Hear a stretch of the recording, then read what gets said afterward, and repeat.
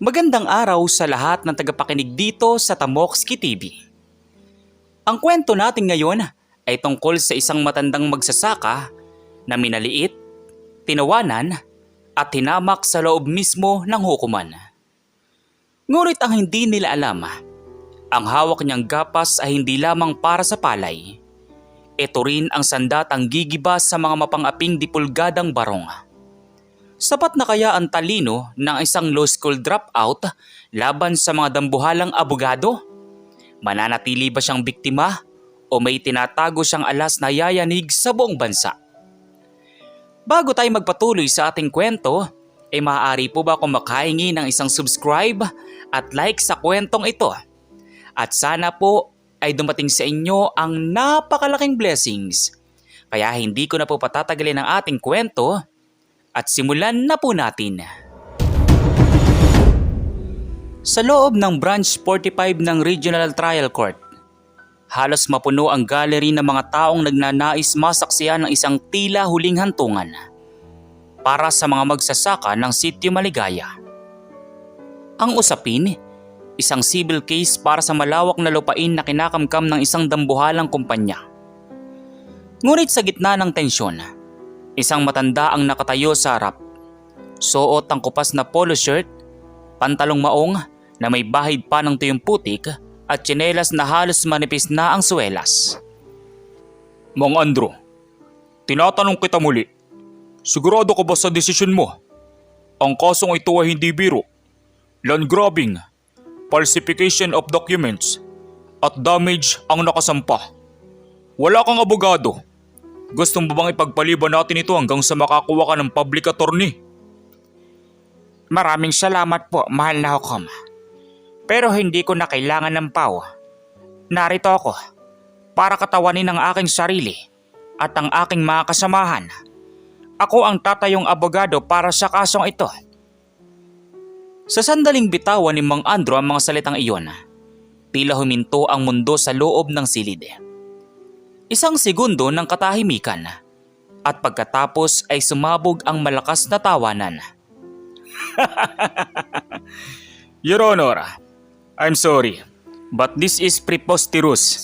Isang magsasaka, mag-aabogado sa sarili laban sa aming legal team. This is a court of law, not a comedy bar. Baka pati yung rules of procedures, hindi alam ni Lolo. Si Elmer, ang lead counsel ng kumpanya, ay kilala bilang The Shark. Wala pa itong talo sa kaso. Tiningnan niya si Mang Andrew mula ulo hanggang paa na tila ba isang insektong dapat tapakan. Tay, baka pwedeng makinig na lang tayo sa judge. Baka mapahamak lang tayo lalo. Pinagtatawanan ka na nila. Anak, ang katotohanan ay hindi nasusukat sa ganda ng barong o kinang ng sapatos. Ang batas ay para sa lahat, hindi lang sa mga nakapagtapos. Humarap muli si Mang Andrew sa hukom. Hindi bakas sa kanyang mukha ang pagkapahiya. Sa katunayan, ang kanyang mga mata ay may kislap na tila isang natutulog na bulkan na nagsisimulang mag-alboruto. Mang Andrew, ayon sa ating rules of court, pinapayagan ng isang litigant na katawanin ng sarili kung siya ay may sapat na kaalaman. Ngunit babalaan kita. Hindi kita bibigyan ng special treatment dahil lang ikaw ay isang layperson. Hindi ko po hinihingi ang inyong awa, mahal na hukom. Ang hinihingi ko yung pagkakataong mailahad ang aming ebidensya sa ilalim ng Rule 130 ng Revised Rule on Evidence. Natigilan si Elmer. Ang pagbanggit ni Mang Andrew sa partikular na probisyon ng batas ay hindi karaniwan para sa isang simpleng magsasaka. Kumunot ang noo ng abogado. Lakshat, siguro ay may nagturo lang sa kanya ng linyang yan. Your Honor, let's get this over with. We move for a summary judgment. Malinaw na ang titulo ng lupa ay nasa pangalan ng aking kliyente. Ang mga dokumentong hawak ni Mang Andrew ay mga lumang papel na wala namang bisa sa ilalim ng torrent system. Ang torrent system, Attorney Elmer, ay hindi nilikha upang maging proteksyon sa pandaraya. Sa kaso ng Heirs of Roxas versus Court of Appeals, malinaw na isinaad ng rehistrasyon ay hindi nagbibigay ng titulo sa isang taong kumuha nito sa paraang mapanling lang. Gusto niyo bang isa-isain ko ang mga perma sa inyong transfer certificate of title na malinaw na peke? Sa pagkakataong ito, napatayo si Elmer mula sa kanyang upuan. Ang mga tao sa gallery ay nagsimulang magbulungan. Ang matandang magsasaka na kanina lang ay tila biktima, ngayon ay nagsasalita na parang isang biyasang litigador. Ituloy mo, Mang Andrew. Paano mo nasabing peke ang mga perma? Mahal na Hukom, noong taong 1994, may isang estudyante sa law school na nakakuha ng pinakamataas na marka sa remedial law at civil law. Sinasabing siya ang susunod na greatest legal mind ng bansa. Ngunit dahil sa isang trahedya sa kanyang pamilya na kinasangkutan ng mga makapangyarihang tao, mas pinili niyang itago ang kanyang talino at mamuhay sa bukid. Huminga ng malalim si Mang Andrew. Tumingin siya sa mga mata ni Elmer. At sa unang pagkakataon, nakaramdam ng kaba ang mayabang na abogado. Ang estudyanteng iyon ay hindi nakatapos ng law school sa uling semestre niya. Pero hindi nawala sa kanya ang kakayahang makakita ng butas sa isang kasinungalingan. Attorney Elmer, ang perma ng notaryo publiko sa dokumento nyo ay mula sa isang abogadong pumanaw na bago pa man ang petsa ng pagkakalagda. Gusto mo bang tawagin ko ang pamilya ng abogadong iyon para tumistigo? Dahil doon ay namutla si Elmer. Hindi niya inaasahan ng isang magsasaka ay makakalkal ang ganito kaliit na detalye. Ang tawa ng mga tao kanina ay napalitan ng pangingilabot. Tay, paano mo nalaman yun? Dahil ako ang huling apprentice ng abogadong yon bago ako umuwi sa probinsya, Paul. Biglang inampas ng hukom ang kanyang gabel. Silence in the court. Attorney Elmer, may sagot ba kayo sa aligasyon ng akusado? Your Honor, we need time to verify this information. This is a surprise attack. Hindi ito surprise attack, attorney. Ito ay tinatawag na justice. At asahan nyo, simula pa lang ito. Dahil hindi ko lang babawiin ang lupa namin, ipapakita ko rin sa korte kung paano nyo nilabag ang bawat etika ng inyong propesyon. Ang mga mata ni Mang Andrew ay nag-iba na ang anyo. Wala na ang pagod na magsasaka. Ang karap nila ngayon ay isang top-notcher na handang maningil sa mga taong nang api sa maliliit. Pero ang tanong, sapat na ba ang talino niya laban sa koneksyon at pera ng malaking kumpanya? Lalo na't may isang madilim na sikreto si Attorney Elmer na pwedeng gamitin laban sa pamilya ni Mang Andrew. Ano kaya ang susunod na akbang ng korporasyon para patahimikin ang matanda? At ano ang totoong dahilan kung bakit biglang nawala si Mang Andrew sa law school noon? Matapos ang unang pandinig, naging usap-usapan sa buong bayan ang magsasakang abogado. Hindi makapaniwala ang mga tao na ang isang lalaking sanay sa araro ay nakapag-cite ng jurisprudence sa harap ng isang sikat na Wes. Ngunit sa likod ng tagumpay na iyon, alam ni Mang Andrew na mas magiging madugo ang susunod na kabanata. Gusto ko siyang imbestigahan. Ngayon din. Hindi pwedeng basta-basta lang siya magsasaka. Alamin niyo kung saan butas siya nanggaling. At siguraduhin niyong hindi siya makakarating sa susunod na hearing ng buo ang loob, sabi ni Elmer sa telepono. Habang naglalakad pa uwi sa kanilang maliit na kubo sa gitna ng bukid, kapansin-pansin ang katahimikan ni Mang Andrew. Bitbit niya ang kanyang lumang folder na puno ng mga dokumento, ang kanyang tanging sandata. Tay, nakita mo ba yung mukha ni Attorney Elmer kanina? Parang gusto kanyang kainin ng buhay. Sigurado ka ba rito? Pwede pa tayong umatras. Ibigay na lang natin ang lupa basta ligtas tayo, tay. Paul, ang lupaing ito ay hindi lang basta lupa. Dito nakabaon ang pawis ng lolo mo. At dito rin nakatago ang pangarap na ipinagkait sa akin noon.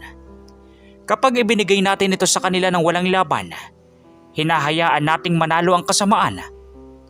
Ang batas ay hindi parang damit na isusuot mo lang kapag gusto mo. Ito ay prinsipyo. Kinagabihan, habang nag-aayos ng mga papeles si Mang Andrew sa ilalim ng gasera, Isang itim na SUV ang huminto sa tapat ng kanilang bakuran. Bumaba rito ang tatlong lalaking naka-jacket at may mga takip ang mukha. Hoy matanda, masyado ka maingay sa korte ah. Sabi ni boss, ito ang para sa iyo. Sinunggaban ng isa sa mga lalaki ang lamesa ni Mang Andrew at itinapon ng kanyang mga papeles. Ngunit bago pa man makalapit ang isa pa, mabilis na tumayo si Mang Andrew. Hindi siya gumalaw ng may takot. Salip, kinuha niya ang kanyang luma at kalawanging karit na nakasabit sa dingding. Hamakbang kayo ng isa pa. At sisiguraduhin kung bago kayo makalabas ng bakurang ito, ay alam ko na kung sinong politiko ang nag-utos sa inyo. Huwag niyo akong subukan. Ang taong walang kinatatakutan ay ang taong wala nang mawawala. Nagkatinginan ang mga lalaki. May kung anong autoridad sa boses ng matanda na tila hindi basta-basta magsasaka. Mukhang hindi nila inaasahan ang ganitong katapangan. Magmatapang ka na ngayon, tanda. Pero bukas sa korte, tingnan natin kung makapagsalita ka pa kapag nawala ang kaisa-isa mong anak. Mabilis na umarurot ang sasakyan palayo. Naiwan si Mang Andrew na maigpit ang hawak sa kanyang karit, habang si Paul ay nanginginig sa takot sa sulok ng kubo. Tay, papatay nila tayo. Itigil na natin ito. Hindi nila tayo papatayin, Paul. Takot sila. Takot silang mabunyag ang totoo. At bukas, tatapusin natin ang laban na ito. Kinabukasan, sa ikalawang araw ng pandinig, mas maraming tao ang dumagsa. Ngunit sa pagkakataong ito, si Atty. Elmer ay may dalang alas. May kasama siyang isang matandang babae, isang dating registrar ng eskwelahan kung saan huling nag-aral si Mang Andrew. Magpatuloy tayo. Atty. Elmer, mayroon ka bang gustong iharap na bagong ebidensya? Yes, Your Honor. Nais naming patunayan na itong si Mang Andrew o Andrew Salvador ay hindi karapat-dapat nakatawanin ng kanyang sarili. Nais naming ipakita na siya ay napatalsik sa law school dahil sa kasong academic dishonesty at pagnanakaw ng exam papers. Paano tayo maniniwala sa isang taong may bahid ng dumi ang nakaraan? Nagkaroon ng malakas na bulungan sa korte. Tumingin ang lahat kay Mang Andrew. Akala nila ay hihina ang loob nito. Ngunit dahan-dahan siyang tumayo. Inayos niya ang kanyang lumang salamin at tumingin ng diretso sa mata ni Atty. Elmer. Your Honor, kung pahihintulutan niyo akong i-cross-examine ang testigo ni Atty. Elmer. Sige Mang Andrew, pinapayagan ang hiling mo. Lumapit si Mang Andrew sa matandang babae na testigo. Hindi siya galit. Salip, ang kanyang boses ay tila isang guro na nagtatanong sa estudyante. Aling Marta, kamusta na po kayo? Matagal na tayong hindi nagkikita. Tandang-tanda ko pa noong 1994. Tinulungan niyo ako sa aking mga requirements. Ngunit tanungin ko kayo, sino nagbayad sa inyo para sabihin na patalsik ako dahil sa pagnanakaw? Objection! Your Honor, misleading and baseless. Your Honor, may hawak akong sulat dito. Isang sulat na may perma ng mismong dean ng law school noong panahong iyon na nagsasabing ako'y kumuha ng leave of absence dahil sa pagkamatay ng aking asawa at anak sa isang insidente ng sunog. Isang sunog na kinasangkutan din ng kumpanyang kinakatawan ni Atty. Elmer ngayon. Parang bumagsak ang kisame ng korte sa revelasyong iyon. Ang mga tao ay napasinghap. Hindi lang ito usapin ng lupa. Ito ay usapin ng personal na pagiganti at katarungang matagal nang ipinagkait. Aling Marta, tingnan niyo ang mga mata ko. Sa harap ng Diyos at ng batas, sasabihin niyo ba ang totoo? O hahayaan niyo na ang perang ibinayad sa inyo ay maging mitya ng inyong konsensya? Napayuko ang matandang babae at nagsimulang umiyak. Ang katahimikan sa korte ay nabasag ng kanyang hikbi. Batawad, Andrew. Pinantaan nila ako. Pinilit nila akong pumirma sa affidavit na ito. Pero totoo, ikaw ang pinakamatalinong estudyante noon. Ikaw ang dapat na naging abogado namin. Nanlaki ang mga mata ni Elmer. Ang kanyang alas ay naging balasubas. Nabunyag ang kanilang pananakot sa testigo sa harap mismo ng hukom. Attorney Elmer, may chambers. Now, ang korte ay magkakaroon ng recess at babalaan kita. Kung mapapatunayang may kinalaman ka sa coercion ng testigong ito, hindi lang disbarment ang aabutin mo. Habang palabas ang hukom, tumingin si Mang Andrew kay Elmer. Ang tingin na iyon ay hindi tingin ng isang magsasaka, kundi tingin ng isang agilang handa ng lumipad at manira. Hindi pa tayo tapos, matanda. May isa pa akong alas na hindi mo inaasahan. Isang tao na malapit sa iyo, na matagal mo nang hindi nakikita. Nanginginig sa galit na sabi ni Elmer. Natigilan si Mang Andrew. Sino ang tinutukoy ni Elmer? May buhay pa ba sa pamilya niya na akala niya ay nawala na sa sunog? O isa na naman itong patibong? Mas lalong uminit ang labanan. Sa susunod na bahagi, lalabas ang isang taong magpapabago sa ikot ng kwento. Sino ang misteryosong saksi na itatapat ni Elmer? At kayanin-kaya ng puso ni Mang Andrew ang malaman ng katotohanan sa likod ng trahedyang sumira sa kanyang buhay. Pagkatapos ng recess, tila naging mabigat ang hangin sa loob ng korte. Si Mang Andrew ay nakaupo sa kanyang silya, nakatingin sa malayo. Ang banta ni Elmer ay paulit-ulit na tumatakbo sa kanyang isipan. Isang tao na malapit sa iyo na matagal mo nang hindi nakikita. 3 dekada nang nakakalipas mula nang lamunin ng apoy ang kanyang pangarap, kasama ang kanyang asawa at ang panganay nilang anak na babae. Magpatuloy tayo. Attorney Elmer, sinasabi mo na mayroon kang huling testigo na magpapatunay na ang lupang kinatatayuan ng Sitio Maligaya ay legal na pagmamay-ari ng iyong kliyente. Opo, Your Honor. At ang testigong ito ay hindi lamang basta saksi. Siyang mismong humawak ng orihinal na dokumento bago ito nailipat sa aming kumpanya. Nais naming tawagin sa witness stand si Maria Clara Salvador. Sa pagbanggit ng pangalang iyon, tila huminto ang tibok ng puso ni Mang Andrew. Ang basong hawak niya ay muntik nang mabitawan. Maria Clara. Iyon ang pangalan ng kanyang asawa. At iyon din ang pangalan ng kanyang anak na babae na sanggol pa lamang noong mawala sa sunog. Tay, bakit ganyan ang mukha mo? Sino siya? Bumukas ang pinto ng korte.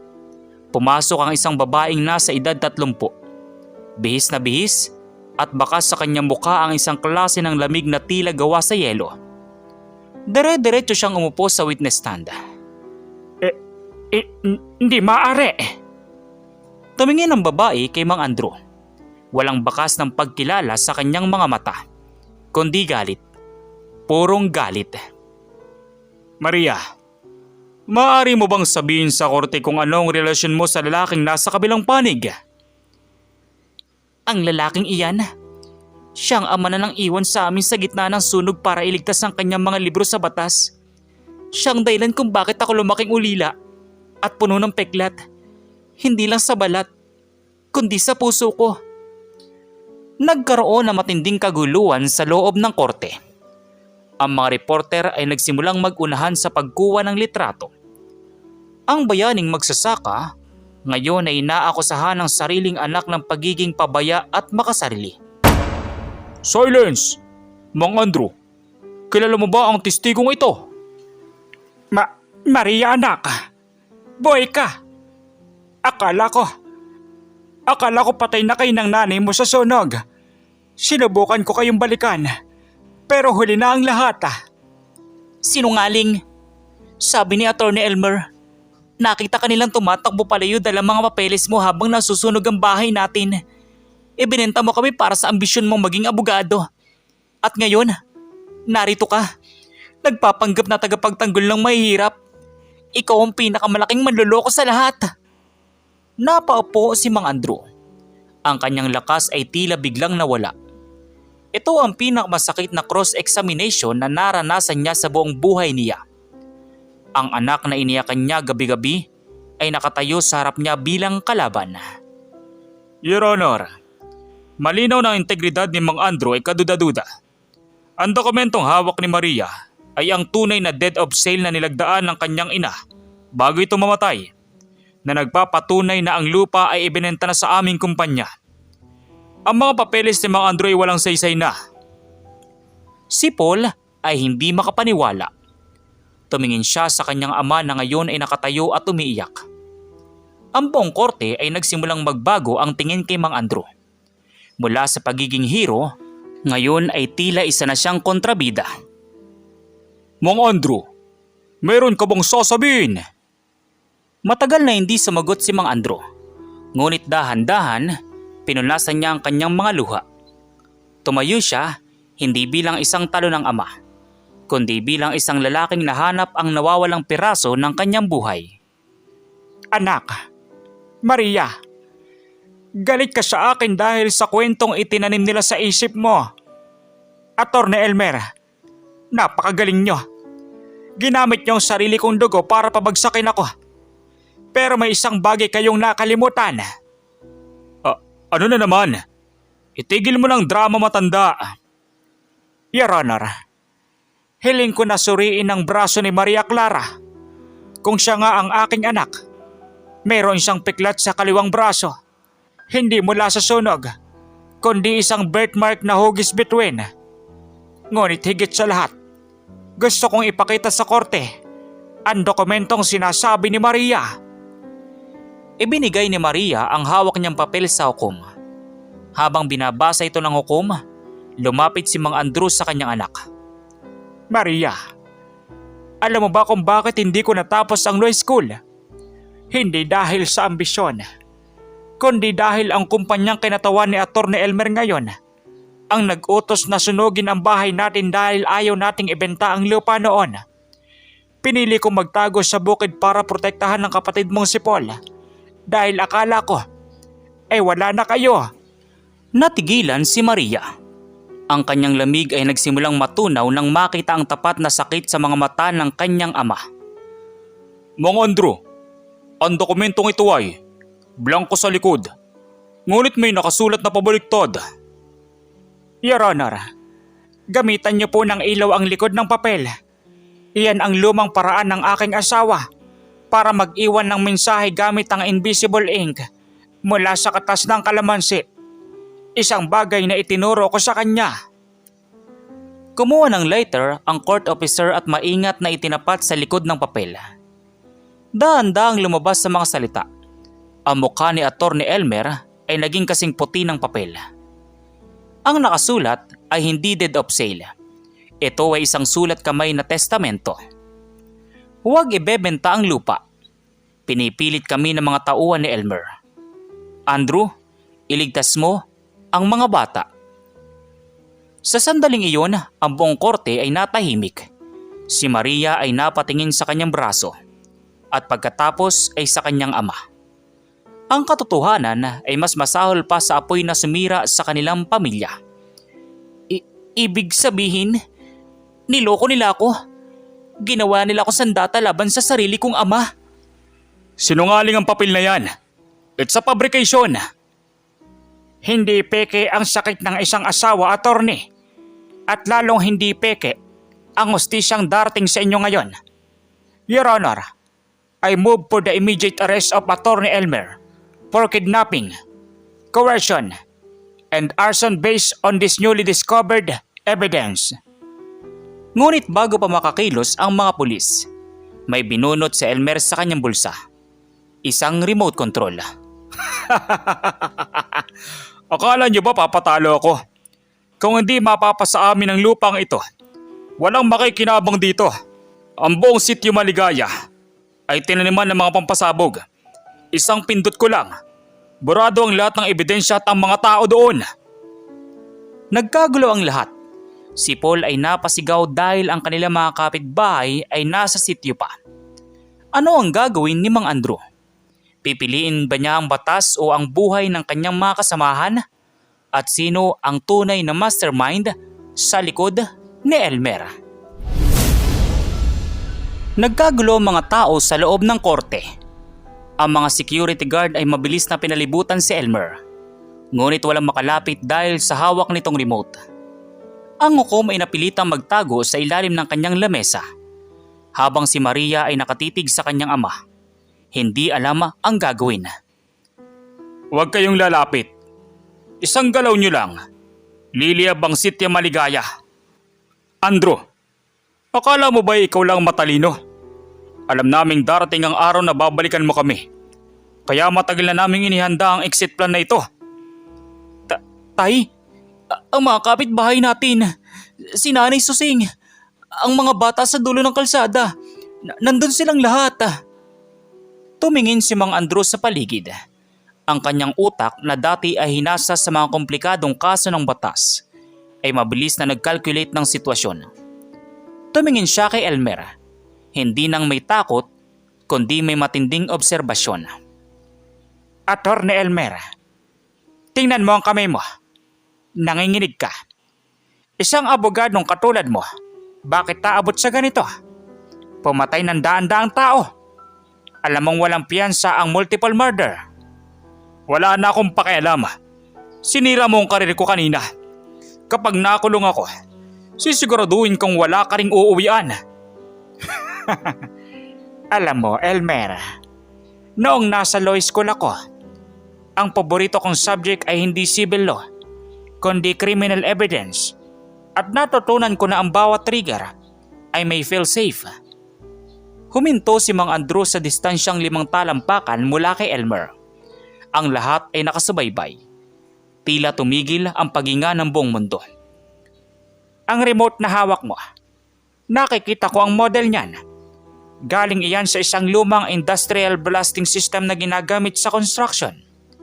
Ang range niyan ay hanggang 2 kilometro lang. Attorney, ang sitio Maligaya ay 10 kilometro mula rito. Natigilan si Elmer. Napatingin siya sa remote na hawak niya. At pangalawa, ang kumpanya niyo ay matipid. Alam kong hindi sila maglalagay ng totoong pampasabog sa bawat bahay dahil masyadong mahal at madaling matunugan ng militar. Ang tanging nilagyan niyo ng tangke ng gas at mitsa ay ang lumang warehouse sa gitna ng bukid kung saan niyo itinago ang mga orihinal na dokumento na ninakaw niyo sa amin. Paano? Paano mo nalaman yan? Dahil bago ako pumasok sa korteng ito kaninang umaga, pinaamoy ko na sa mga aso ng barangay ang paligid ng warehouse. At ang anak ko, si Paul, ay hindi lang basta magsasaka. Siya ang pinakamagaling na electrician sa aming bayan. Paul, sabihin mo sa kanya. Tumingin si Elmer kay Paul. Ang kaninang umiiyak na binata ay dahan-dahang tumayo at nagpunas ng luha. May kinuha si Paul sa kanyang bulsa.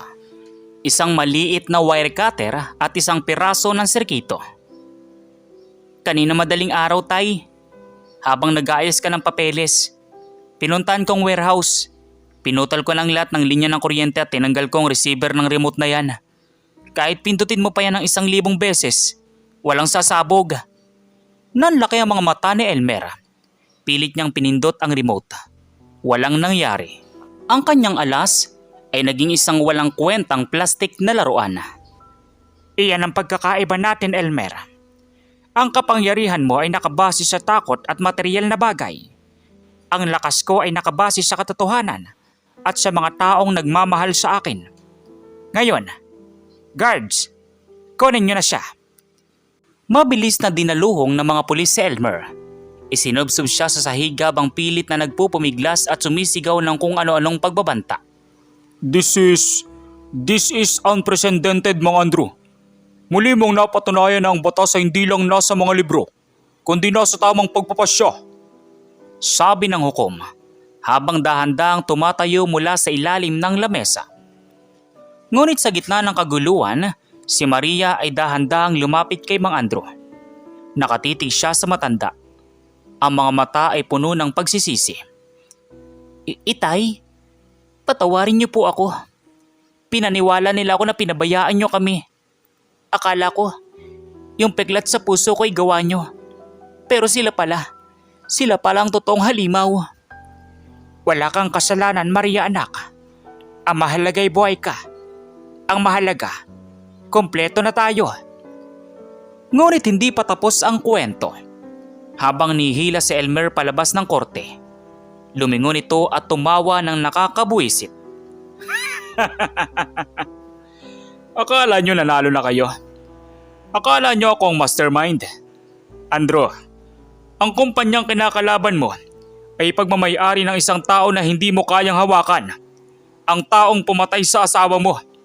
Ang taong nag-utos na sunugin ang bahay nyo ay nakaupo sa pinakamataas na posisyon ng gobyerno. Natigilan si Mang Andrew. Isang pangalan ang pumasok sa isip niya. Ang taong dahilan kung bakit hindi siya nakatapos ng law school noon dahil sa takot na mahanap siya nito. Senator Valderrama. Bulong ni Mang Andrew sa kanyang sarili. Sa sandaling mabanggit iyon ni Mang Andrew, biglang namatay ang lahat ng ilaw sa loob ng korte. Isang putok ng baril ang narinig. Muling bumukas ang ilaw pagkaraan ng ilang segundo. Ang mga tao ay nagsigawan. Nakaandusay si Elmer sa sahig. May tama ng bala sa sentido. Patay na ang tanging saksi na pwedeng magturo sa tunay na utak ng lahat. Tumingin si Mang Andrew sa bintana ng korte. Nakita niya ang isang itim na helicopter na palayo. Alam niyang nagsisimula pa lang ang totoong giyera. Hindi na lang ito laban para sa lupa. Ito ay laban para sa hustisya laban sa pinakamakapangyarihang tao sa bansa. Paano harapin ng isang matandang magsasaka at ng kanyang dalawang anak ang isang senador na may hawak ng batas at militar? May pag-asa pa bang manalo kung ang kalaban mo ay ang mismong sistema? Pagkatapos ng pamamaril sa loob ng korte, naging high-profile case ang usapin. Ngunit gaya ng inaasahan, mabilis na kumilos ang makinarya ni Senator Valderrama. At ang balita sa TV, isang gangwar daw ang nangyari at si Mang Andrew ay iniimbestigahan sa posibleng pakikipagsabwatan sa mga rebelde. Ang biktima, ginawang sospek. Tay, binaligtad nila tayo. Ang mga pulis sa labas, imbis na protektahan tayo, parang binabantayan tayo para hindi makatakas. Wala na tayong kakampi. Itay, may mga dokumento ko. Mga lihim na transaksyon ng kumpanya ni Valderrama na itinago ni Elmer sa akin. Pero hindi sapat yun kung ang hukom ay matatakot din. Alam nyo, sa chess, ang pinakamalakas na tira ay hindi ang pag-atake sa reyna, kundi ang paggawa ng sitwasyon kung saan ang kalaban mo mismo ang maglalaglag sa kanyang sarili. Makalipas ang 3 araw, isang sorpresang press conference ang ipinatawag ni Senator Valderrama sa isang sikat na hotel. Naroon ang lahat ng malalaking media outlets. Layunin ng senador na tuluyan ng linisin ang kanyang pangalan at hilingin ang pag-aresto kay Mang Andrew. Nalulungkot ako sa nangyari sa ating korte. Ang matandang iyon, si Andrew Salvador, ginagamit lang ng mga kalaban ko sa politika. Wala akong kinalaman sa sunog noon sa lupa sa Sitio Maligaya. Ako ay isang lingkod bayan, sabi ni Senator Valderrama. Ngunit sa gitna ng kanyang talumpati, bumukas ang pintuan sa ballroom. Pumasok si Mang Andrew. Suot pa rin ang kanyang kupas na polo, pero sa pagkakataong ito, may dala siyang isang lumang tape recorder at isang makapal na asul na libro. Security, bakit niyo pinapasok ang taong ito? Huwag kang magmadali, Senador. Narito ako para ibigay ang aking final oral argument sa harap ng taong bayan, hindi sa korteng kontrolado mo. Huminto ang mga bodyguard nang makita nilang live ang lahat ng kamera. Hindi nila pwedeng saktan ang matanda sa harap ng milyong-milyong nanonood. Humarap si Mang Andrew sa kamera. Mga kababayan, ang hawak ko ay ang orihinal na logbook ng kumpanya ni Valderrama noong 1994. Dito nakasulat ang utos na clear the area sa Sitio Maligaya. Ang gabi kung kailan nasunog ang bahay ko. Ngunit alam niyo ba kung ano ang mas matindi? Peke yan. Isang katang-isip. Peke ba ang boses mo, Senador? Maria, i-play mo. Pinindot ni Maria ang tape recorder. Isang boses ang narinig. Boses ni Valderrama at ni Elmer. Pinag-uusapan ang pagligpit sa mga witness at kung paano nila babayaran ang mga opisyal sa probinsya para makuha ang lupa. Isang deathbed confession ni Elmer na na-record ni Maria bago pa ang hearing. Natahimik ang buong hotel. Ang mukha ng senador ay naging lila sa galit at takot. Ngunit hindi pa doon nagtatapos si Mang Andrew. At para sa huling hirit, Senador, naalala mo ba ang law school? Sabay tayo nag-aaral doon, di ba? Ikaw ang nasa dulo ng klase, habang ako ang laging nasa itaas. Sabi mo noon, ang batas ay ginagawa para sa mga taong marunong gumamit nito. Ngunit nakalimutan mo ang itinuro sa atin sa constitutional law. Public office is a public trust. Biglang pumasok ang mga operatiba ng NBI at DOJ. Ngunit ang mas nakakagulat ay ang lalaking kasama nila, ang Chief Justice ng Supreme Court. Andra, matagal na kitang hinahanap. Simula noon nawala ang pinakamagaling kong estudyante. 30 taon na ang nakakalipas. Salamat sa pinadala mong kopya ng ebidensya kagabi. Senador Valderrama, you are under arrest. Hindi lang sa kasong land grabbing, kundi sa treason at murder. Habang pinoposasan ang senador, tumingin ito ng masama kay Mang Andrew. Kala mo ba? Tapos na ito. Kahit makulong ako, may pera ako. Ang pera mo ay wala ng silbi dahil bago ako pumunta rito, ang lahat ng biktima mo sa Sitio Maligaya ay nag-aina ng class suit.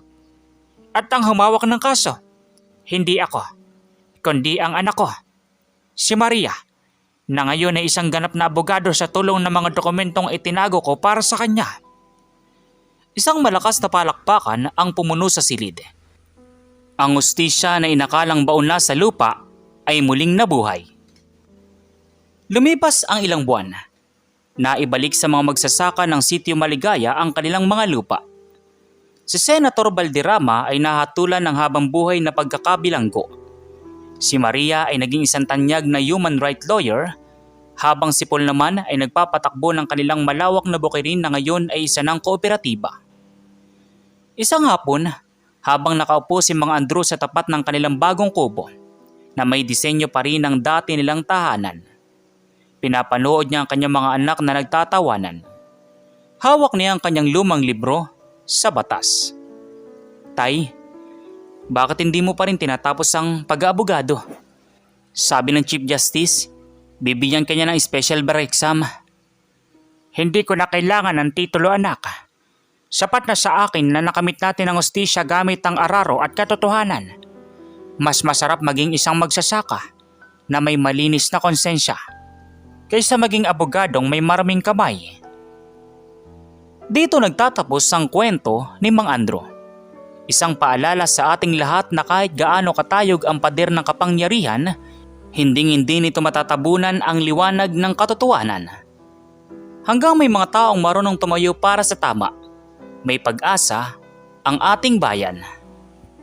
Ang aral sa kwento natin ngayon, ang tunay na karunungan ay hindi nasusukat sa titulo, mamahaling kasuotan o taas ng pinag-aralan, kundi sa paninindigan sa katotohanan. Itinuturo ng kwento na ang batas ay dapat magsilbing sandata ng mga inaapi, hindi kasangkapan ng mga mapangapi. Ipinakita ni Mang Andrew na ang integridad ay mas matimbang kaysa sa yaman, na ang isang magsasakang may prinsipyo ay kayang paigtingin ng katarungan laban sa dambuhalang sistema. Higit sa lahat, ang pagpapatawad at pagmamahal sa pamilya ang tunay na nagbibigay ng lakas upang harapin ang anumang unos. Dahil ang hustisyang walang pagmamahal ay walang kabuluhan. Kayo, ano pong masasabi nyo sa kwento natin ngayong araw? At kung anong aral po ang mga natutunan ninyo? Maaari nyo po bang i-comment doon sa baba doon sa comment section para muli ko pong mabasa. So once again, inuulit ko pong muli. Ako po si Tamoxki TV. Kita-kita po tayong muli sa mga susunod pa nating maraming mga kwento. Thank you and God bless you all. Peace out.